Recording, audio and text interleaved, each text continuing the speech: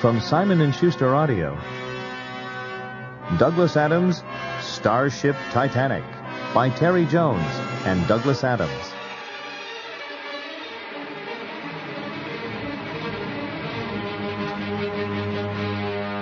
Read by Terry Jones.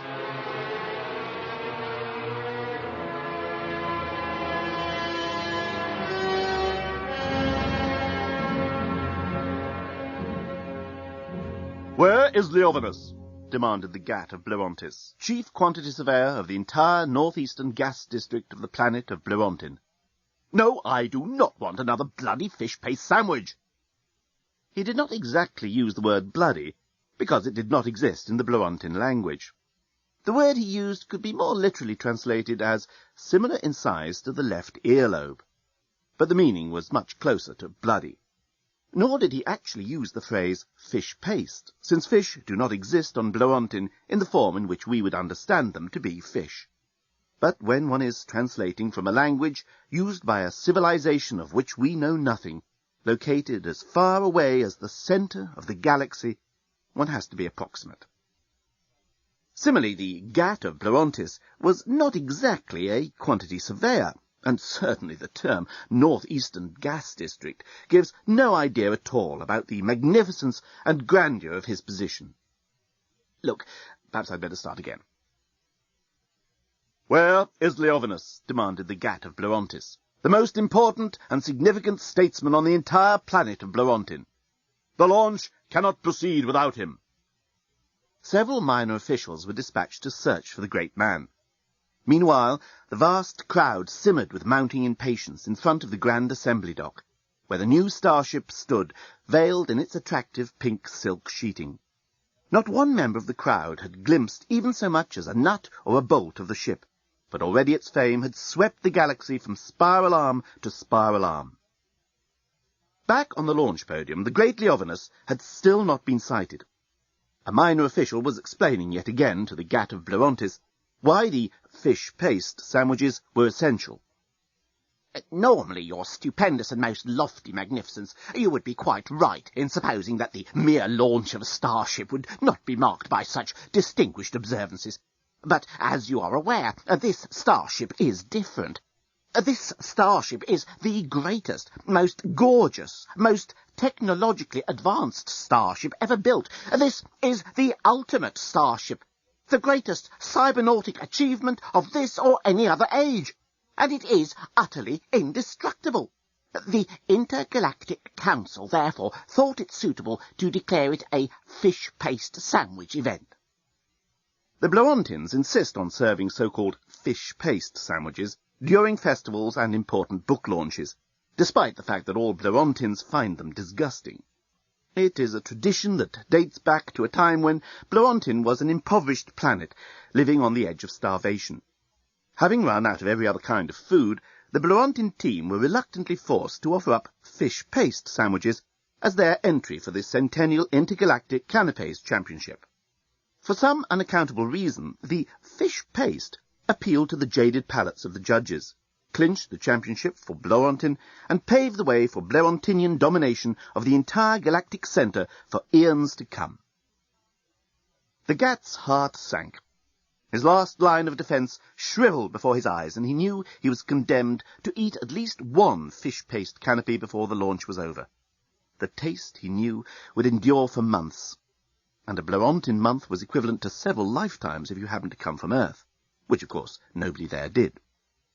In fact, nobody in that entire throng of some 50 million Blerontinians who had turned up to see the launch of the greatest starship in the history of the universe had ever even heard of Earth. And if you'd asked them, they wouldn't have been able to understand you, because translation blisters were not allowed to be worn on a fish paste event. It was another of those stupid little traditions that made the Gat furious. And still Leovinus did not appear. "Everyone here is holding their breath and keeping their fingers crossed," whispered the head reporter of the Blerontin News-Gathering Bureau into his invisible microphone. "No one has yet even caught so much as a glimpse of the fabulous starship, but everyone is certain that it will not only be the most technologically advanced, but also the most beautiful starship ever to have been created. It is, after all, the brainchild of Leovinus, to whose architectural genius we owe the great north-south bridge that now links our two polar caps, to whose musical inspiration we owe the Blerontin national anthem, Our Canapes Triumph Daily, and to whose unsurpassable mastery of ballistics and biomass energetics we owe our third sun that now shines above us with its own famous on-off switch. But there's news just coming in that... What's that? Ladies and gentlemen and things, it appears that the great Leovinus has gone missing. Nobody has seen him all day. Surely they can't start the launch without him, but the crowd are beginning to demand some action, and... what's that? A sour note had swept through the crowd, as a band of short individuals, dressed in ragged overalls and flat caps, suddenly forced their way into the spectators' area.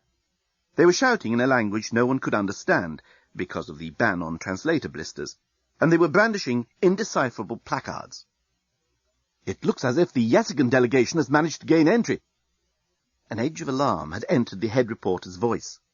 This was mainly because he had his entire commentary written down in advance, as he always did. The thought that an unforeseen turn of events might now force him to look at what was actually going on, and then improvise, was a nightmare that had dogged his sleep for all the years that he had been in the reporting business. Said the head reporter. He felt his head going light. He fought for breath as he felt his bowels starting to move. No, what can I say? He was praying that the words would come to him. In his recurring nightmare, the one that he always had after eating snork chitterlings, he was in this very situation. Something unforeseen had occurred. His script was whisked away by some unseen hand, and the words never came.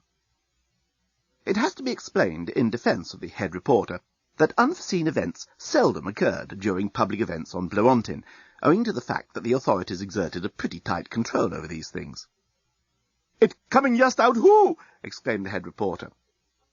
At that moment, an unseen hand whisked away his script, and the head reporter felt a warm sensation all over his lower abdomen. "I've done it! I mean, it's definitely Yassigans! I can see them now!" That was practically 2 whole sentences. He could do it. "They've purply pinch burps! Oh, damn!" It was one thing not to be able to think of anything, but how could he possibly come out with utter nonsense? That hadn't been in his nightmare. It was worse. The truth is that this personal disaster for the head reporter was just one in a string of disasters that had dogged the building of the Starship. There had been rumours of corners cut. The cybernet pigeon cursors had been below spec. The great engine had been mislaid. Leovinus himself had quarrelled with the chairman of Starstruct, Inc. There had been arguments between Leovinus and his manager, Brebostigan. There had been quarrels between Brebostigan and Leovinus's accountant, Scraliontis. There had been arguments between Scraliontis and Leovinus, and so on and so on. The fact of the matter was that the construction of the Starship had brought financial ruin on almost everybody involved, including one entire planet. Yassica had been, hitherto, a flourishing resort of industrious folk, with the most efficient and dependable construction industry in the central galaxy. Yassigans had enjoyed centuries of quiet prosperity and a high reputation. They never overcharged, they always delivered on time, they never cut corners. They were a race of proud craftsmen who had nothing to do with intergalactic canapes competitions, and thus were able to devote their wealth to the well-being of their own people. That was, until they undertook the construction of Leovinus's masterpiece, crowning achievement of his career, the Starship that even now stands hidden from sight in its launching bay, awaiting the unveiling ceremony. "Give us back our happy lifestyle!" shout the Yassican demonstrators unintelligibly to the Blerontinian onlookers. "Planets, not starships!" roar their placards to the baffled crowd. "Get those bastards out of there!" growls Flortin Rimanquez, the chief of police and rabbits. "Where is Leovinus?" groans the Gat of Blerontis. Could it be only the day before that Leovinus had held his press conference? He had felt so powerfully complacent as he stepped up onto the platform. His white beard had been specially groomed by Feronis Feronisis, the greatest hairdresser on Blerontin, and his eyebrows had been stuck back on with a new toupee tape that was guaranteed absolutely undetectable. In many ways, this was the greatest moment in his life. What is it like to be not only the greatest architect the galaxy has ever known, but also the greatest sculptor, the greatest mathematical genius, as well as a world-class garnisher and canapes arranger? Exactly the kind of question Leovinus enjoyed. There had been times in his younger days when he might have retorted, "Go lick someone else's arse, hack, I'm only interested in truth and beauty." But somehow he found that the more wrinkles he counted on his forehead, and the more problems he had with his continence and his 7 times table, the more he found a little flattery most welcome. "I loved your Pandax building with the interchangeable rooms and total reassembly potential," shouted a young cub reporter with soft eyes and a delightful cleavage. Thank you." Leovinus beamed in his most venerable and yet at the same time approachable manner. "You look terrific," shouted another. Leovinus was just trying to decide which of the 2 cub reporters with soft eyes and delightful cleavages he should ask backstage for a little drink, or whether he should invite them both and then see how things worked out, when a male voice cut across. Exactly what was the scientific experiment you were working on when you had your recent accident, sir? And is it true that your eyebrows have still not grown back?" Leovinus fought off a panic attack and told himself his eyebrows looked perfectly okay. This hard-boiled journalist was merely trying to wind him up. Then he had to fight off a panic attack about the fact that he'd just had a panic attack. "It's perfectly normal to get panic attacks at my age," he told himself severely. At the same time he noted, thankfully, the ripple of embarrassment that had swept through the assembled media. "I'm lucky I don't have angina and a sagging bottom at my age." Leovinus always counted his blessings. But something had definitely gone wrong with the press conference. A journalist from the back was asking a question in a tone of voice that didn't sound in the least bit ingratiating. In fact, there was something so uningratiating about the inflection of the voice that Leovinus could barely understand what was being said. "I said," repeated the journalist in that same uncajoling voice, "how do you answer the allegations that corners have been cut on the construction of the Starship, and that there have been financial improprieties involving your manager, Antar Bobostigan, and your accountant, Drut Scraliontis?" "Such insinuations," replied Leovinus, forming his touped eyebrows into the most formidable frown, and drawing his shoulders back into what he knew was his most dignified and intimidating posture, "are beneath contempt. Mr. Bobostigan is a man of unblemished reputation, and has the highest regard for correct procedure. Drut Scraliontis has been my accountant for the last 30 years, and has been unimpeachable throughout that time." He could feel one of his eyebrows starting to come loose. Funny that. He always imagined that as he got older and more confident, he would stop sweating whenever he had to tell a barefaced lie, but he still did. "But isn't it true that the standard of workmanship on the Starship has dropped since the building was moved from Yasica to Blerontin?" "Absolute poop," declared the great genius in his best "how dare you waste the time of a great genius like me" voice, which he had been practising recently and now had down to a T. "I am personally checking the standards of craftsmanship on every facet of the ship, and I can guarantee that standards have, if anything, gone up since the transferal to Blerontin." He felt his other eyebrow pop loose from his forehead. "What do you say about the collapse of the Yasican economy, Mr. Leovinus?" It was the same dreadful journalist going on. Why couldn't someone ask him whether he preferred architecture to quantum physics, or whether he felt painting should be considered a higher art form than canapé arrangement? Those were the kind of questions he was a whiz at dealing with these days. "Do you feel personally responsible at all for the present sufferings of the Yasican peoples?"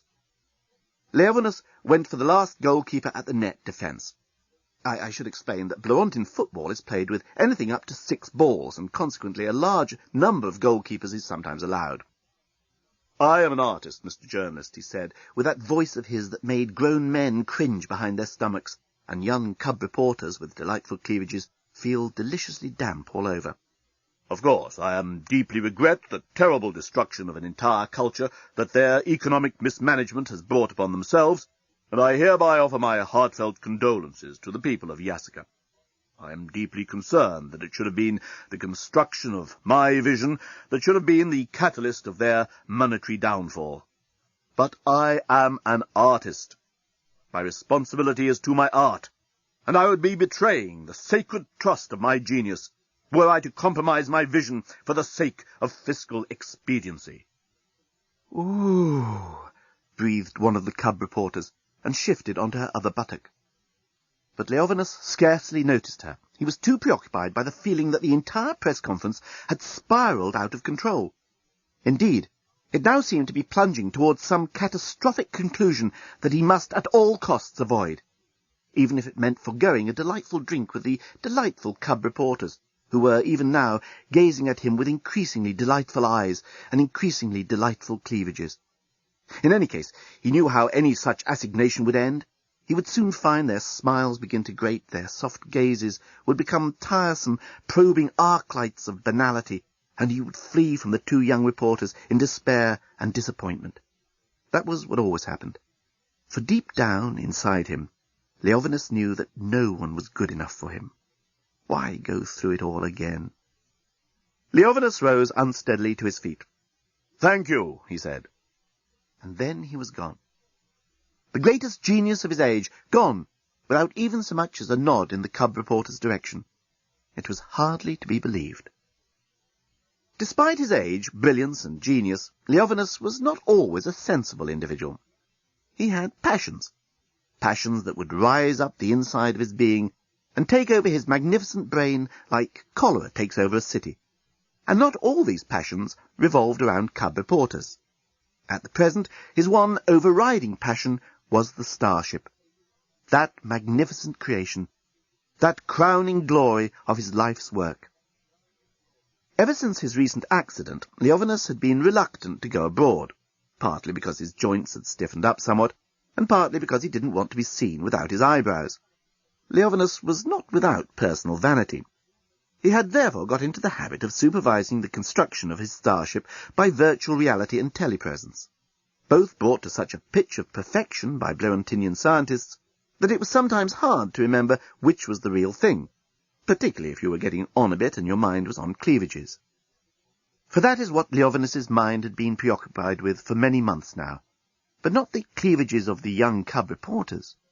No, Leovinus's obsession was the cleavage of data streams as they separated out into random thought fields, the cleavage of neuroconnectors as they bifurcated into the memory bank and the sensation retrieval system, the cleavage of separators and transjoiners linking and distinguishing those two vital processes, thought and feeling.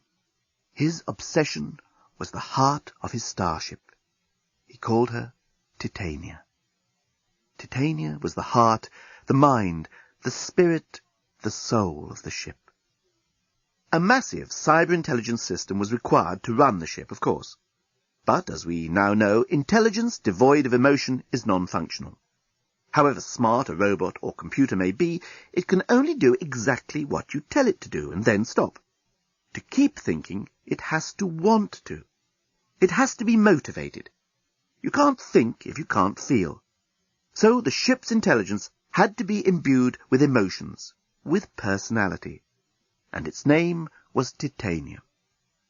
The starship was Leovinus's creation. So was Titania. It had suited Leovinus, while he concentrated on this vital heart of the ship, to work from home. But now he suddenly realized that he hadn't actually been on the ship itself for, well, he really didn't know how long. Thus it was that night, after the press conference, the great man put on a long snork-hair coat and made his way towards the assembly dock, where his masterpiece stood, awaiting tomorrow's launch. Earlier he had received telecalls from the project manager, Antar Bobostigan, and the chief accountant, Drut Skraliontis. They had both been so full of gratitude for his defence of them during the press conference, and so reassuring about the prospects of the launch, that Leovinus found a vein in his right thigh beginning to twitch, and he kept thinking of the phrase parrot droppings without any viable context. He slipped unseen down the service entrance, and waited in the shadows until he saw the security robot stop to take its scheduled rest break, as laid down by Bloentin law. He then hurried across the open forecourt and disappeared into the shadow of the temporary construction workers' sheds. It was not as if he didn't have a perfect right to be there. It was just he wanted to do this without the usual fanfare and the welcoming party and the official guided tour and all the usual commotion that accompanied his public visits. He wanted to commune with his creation alone. He looked up. There was the assembly dock, looming up into the night sky far, far above him. It stretched a good mile up, and the starship, his baby, stuck up another half-mile above that, ready for blast-off at midday tomorrow, precisely. The silk coverings flapped in the breeze that swept across the observation arena, over the administration buildings and around the dock structures. Leovinus felt a surge of emotion sweep through his body and engulf his magnificent brain. His heart missed several beats. His knees turned to jelly. But it was not his pride in that stupendous structure that gave him butterflies in the tummy, nor was it the exultation that, after all these years, it was finally complete that made him feel like a schoolboy on his first date. No, what made his hand shake as he sleeked it through his greying locks was the thought that in there, in those vast halls and staterooms, Titania was waiting for him. As Leovinus leaned towards the starship, the wind picked up, blasting dead leaves, old snack wrappings, torn religious journals, pages of sentimental verse, knitting patterns, and all the other usual detritus left behind by construction workers across the servicing area. The sheeting that covered the starship flapped frantically like the great ghoul in the ancient filmed entertainment, The Great Ghoul Frightens a Lot of Folk. Leovinus shuddered with a childhood memory of fear. Then he shuddered again, as he suddenly saw a figure slip from the base of the launching gantry into the shadows opposite the main steps of the starship. The moment he saw that figure, he knew deep in his bones, with that certainty that comes of being absolutely without any doubt whatsoever, that everything was about to go terribly, fearfully wrong. Cautiously, he edged round into the shadows where he had seen the figure disappear. So, a dreadful voice spoke to him out of the darkness. It was a voice that made his stomach relocate itself around his knees, a voice that made him want to be sick, to be anywhere but where he was. Leovinus looked around for a means of escape, but it was too late. "Last-minute check-ups, eh?" The figure stepped out of the shadow and confronted him. It was that dreadful journalist from the press conference. "Haven't you tormented me enough? Haven't you already ruined a day that was meant to be one of the greatest days in my life?" That's what Leovinus wanted to say, but he merely mumbled, "Oh, it's you." "Are you afraid something's going to go wrong with the launch?" "No, of course not." Leovinus adopted just the right cold tone that gave nothing away. "I've merely come to pay my regards." He liked to be thought of as a bit of a sentimentalist, as well as a great brain.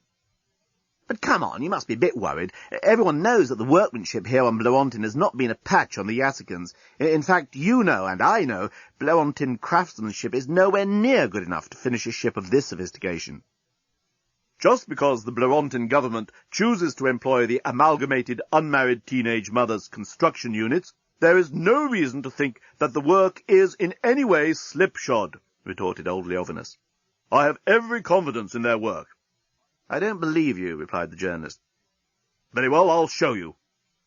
The great man saw his private tete-a-tete with Titania being blown away on the wind that now buffeted them, as a small unlit work platform carried them up one of the service gantries that surrounded the great starship. It was only when you started getting this high up, thought the journalist, that you really began to appreciate the full scale of the enterprise. The launch area below receded into darkness and silence, as they rattled their way up the side of the vast starship, higher and higher, until the great keel broadened out, and they reached the main body of the ship. A short walk across another gantry, and they were at the main doors of the spacecraft.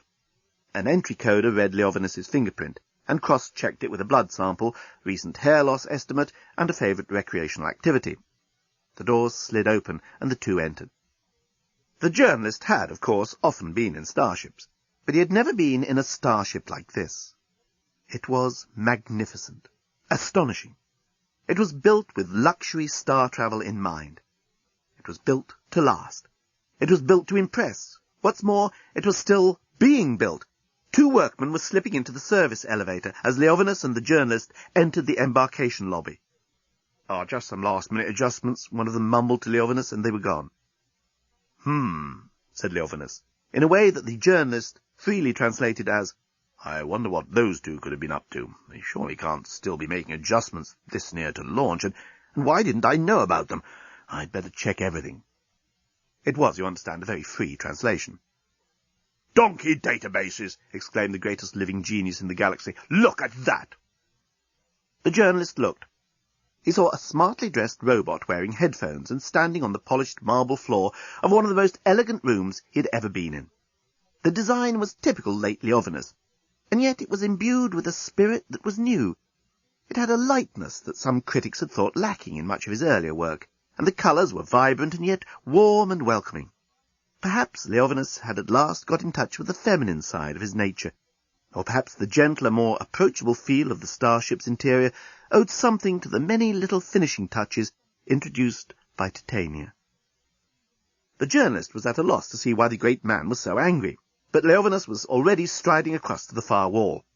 There he yanked at a decorative panel. "Upside down," he yelled. I sometimes think I have to build the entire ship with my own hands." And he produced a screwdriver and proceeded to replace the panel in the correct position. "Can't they see the entire ambient structure of the room is destroyed by exactly that sort of inattention to detail?" The journalist made a note in his thumb recorder. "Welcome to the Starship Titanic." The smart robot was now addressing a light fitting that protruded from the wall. "Allow me to show you the facilities available to second-class travellers." The thing then turned smartly on its heels and walked straight into the nearest closed door. There was a clang, and the robot fell backwards onto the highly decorative marble floor. "Here you will see the grand axial canal of second class." The robot proudly extended a white-gloved hand at the ceiling. The journalist made another note in his thumb recorder. The effect of the robot's minor mishap on Leovinus was also noted down in the journalist's thumb recorder. It started off as blank disbelief and ended up as cold fury. In between, it went through a fascinating range of adjustments, all of which were noted down by the journalist. Surprised dissatisfaction was rapidly replaced by stupefied indignation, which in turn quickly became bitter resentment, which equally quickly was transformed into burning thirst for vengeance, and so to cold fury. "Brabostigan," murmured the great man. "That bastard has been skimping on the synthoneurones." The journalist made another note, but Leovinus turned on him so suddenly that he stuck his thumb into his mouth and pretended to be sucking at it. "This can't happen on this ship," explained Leovinus as he picked up the fallen robot. "Every doorbot has a fail-safe neuron embedded in its circuitry that cancels out any non-rational activity, such as we just witnessed. They are expensive items, but I think you will agree, well worth the money." The journalist nodded and pretended that he had a splinter in the end of his thumb. "Except that bastard Brabostigan has obviously left them out. When I see him, I'll—" But Leovinus was stopped in mid-sentence. "He's probably wondering what else is wrong with the ship," thought the journalist with mounting excitement. He could feel a story materializing in front of him, a big story, a humongous story, and the great thing was he wouldn't have to do anything. It was all going to unfold in front of him. He knew it. And sure enough, before the journalist could pretend to find the non-existent splinter, Leovinus had given the doorbot a quick adjustment, the door had been opened, and the great man had been bowed through into the corridor beyond. "Enjoy your honeymoon, you lucky couple," called the doorbot cheerfully. The journalist noted this down and hurried after the great architect and shipbuilder, who had just turned right into one of the most astounding architectural spaces the journalist had ever entered. It was an oval space marked out by columns. Around the perimeter wall was painted a frieze depicting the favourite recreational pastime of the founding fathers of Blorontin, which was posing for frieze painters. Leovinus was standing staring up at a huge statue of a winged female that stood at the other end. But the journalist's eye went down, down and down into what seemed like an infinity of descent, for there at his feet was the great central well that occupied the gigantic keel of the starship. It was the spine of the ship, and around it, like nerve impulses, illuminated elevators constantly went up and down, servicing the living quarters that were stacked below them, tier after tier. At the very bottom, far, far down below near the bilges of the ship, the supergalactic traveller deluxe suites. Above them, the second-class executive duplexes. And above them, far above them, the fabulously appointed first-class staterooms. But the journalist scarcely had time to take all this in, for Leovinus was off, striding through the many-columned hall towards the far vestibule, through which he disappeared.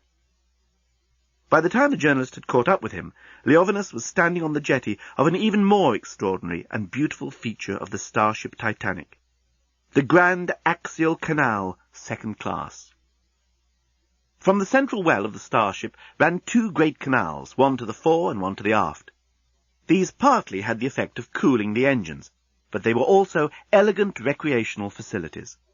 Up and down the canal, gondolas plied their way, the automated gondoliers all singing their own personal selection of Blerontinian folk songs, but particularly the one about the beautiful young female acrobat who fell in love with a gondolier and gave him 6 penades, approximately £1 million sterling, as a tip.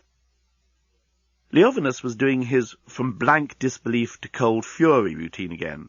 The journalist took note. "They are not supposed to sing unless they've got passengers." Leovinus seemed to be choking as he clambered down into the nearest waiting gondola. The singing immediately stopped. The journalist joined him and said, perhaps they're doing a test, reversing everything. It was the only thing he could think of that was in any way cheery. "Oh, don't talk pigeon poop," snapped Leovinus. He was clearly in no mood to be cheered. "Promenade deck elevator." "See, house-proud and religious mother of twins," said the automated gondolier. Leovinus flinched and felt the vein twitching in his thigh. Leovinus allowed the irritation to mount within himself as he straightened one of the priceless, no-art masterpieces that decorated the elevator lobby. "Good day to you, sir, madam, or thing, and how may we assist you in your vertical transportation requirements today?" The lift bot was half embedded in the wall of the lift. Its free hand hovered eagerly by the lever that came out of its chest. "Just to the promenade deck, and no back chat," snapped Leovinus. He sometimes regretted the characters that these robots seemed to acquire, but there it was. If the ship's intelligence were to be allowed emotions, and certainly no one could doubt that Titania had strong emotions, then you had to allow her to choose robot characters she got on with. It was no good forcing the issue, although Leovinus had on occasions spoken to Titania quite forcibly about some of the characters with whom she surrounded herself. But then Titania was so tolerant, so understanding of people's failings and mistakes, that she could get on with practically anybody. He had made her like that. The giant promenade deck was Leovinus's particular little favourite. Under its vast, transparent canopy, passengers could stroll and marvel at the mind-erupting brilliance of the galaxy through which they were passing. The vari-specs composition glass, of which the canopy was made, had the effect of intensifying the radiant brightness of the stars, while at the same time making it possible for the observer, by a mere twist of the head, to see in the detail of a powerful telescope any particular star that caught his, her, or its fancy. Around the perimeter, the pellator, a sort of horizontal lift of Leovinus's design, enabled the less active travellers to tour the deck without stirring an unnecessary muscle. That was the theory. That was what Leovinus had viewed with great complacency on his telepresence and in his virtual reality viewer at home. But that was not what he now saw in front of him. Real reality was different. What he now saw was what is referred to architecturally as a shambles. The vast glass canopy stretched above, as it should, displaying the immense stretches of pink silk sheeting which covered the ship. But below all was confusion. The beautiful polished parquet floor was approximately 1/10 beautiful polished parquet floor. The rest was exposed girders and cablework, gaping holes and protruding wires. Where the large sprawling brasserie for second-class passengers should have sprawled, there was only a large, sprawling, empty space littered with builder's rubble and polystyrene cups. How could this be? They didn't even use polystyrene cups on Blerontin, and yet there they were.